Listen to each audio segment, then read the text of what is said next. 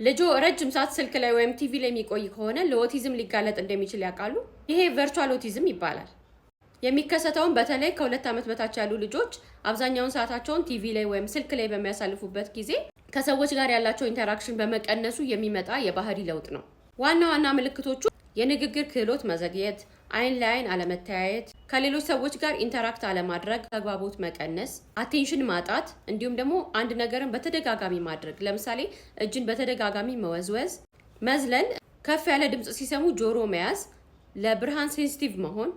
ከነዚህ ነገሮች በዋነኝነት የሚጎዳቸው ደግሞ አፍ አለመፍታት ወይም የኮሚኒኬሽን ችግር ነው። ምክንያቱም እነዚህ ልጆች ቀኑ ሙሉ ቲቪ ላይ ወይም ስልክ ላይ በሚውሉበት ጊዜ ኮሚኒኬት አያደርጉም። ይሄ ደግሞ ኦዲዮ ቪዥዋል ብቻ ስለሚሆን ቀጥታ ማየትና ወይም መስማት ብቻ ነው እንጂ ኢንተራክት አያደርጉም ወይም ቃል እንዲያወጡ አይረዳቸውም፣ እንዲያወሩ፣ እንዲናገሩ፣ እንዲያውቁ አይረዳቸውም። በዚህ ጊዜ ደግሞ የንግግር ክህሎታቸውን በጣም ይገለዋል ማለት ነው።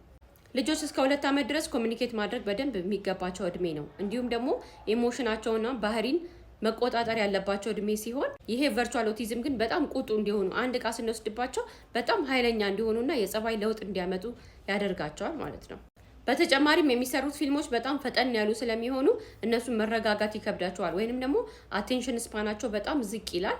ጥናቶች እንደሚያሳዩት ከሆነ ከ0 ዓመት እስከ ዓመት ከ6 ወር ድረስ ምንም አይነት የስክሪን ታይም አይፈቀድም። ከዓመት ከ6 ወር እስከ 2 ዓመት ድረስ ደግሞ በቀን ውስጥ 1 ሰዓት ብቻ፣ 2 ዓመት እስከ 5 ዓመት ደግሞ ማክሲመም እስከ 3 ሰዓት ብቻ ነው በቀን ውስጥ ማሳየት የምንችለው። ትምህርታዊ ነገሮችን ራሳችን አብረናቸው እያየን እየመረጥን ለልጆች ማሳየት ይኖርብናል። ከ6 ዓመት እስከ 17 ዓመት ደግሞ ከ4 ሰዓት በላይ ባይበልጥ ይመከራል።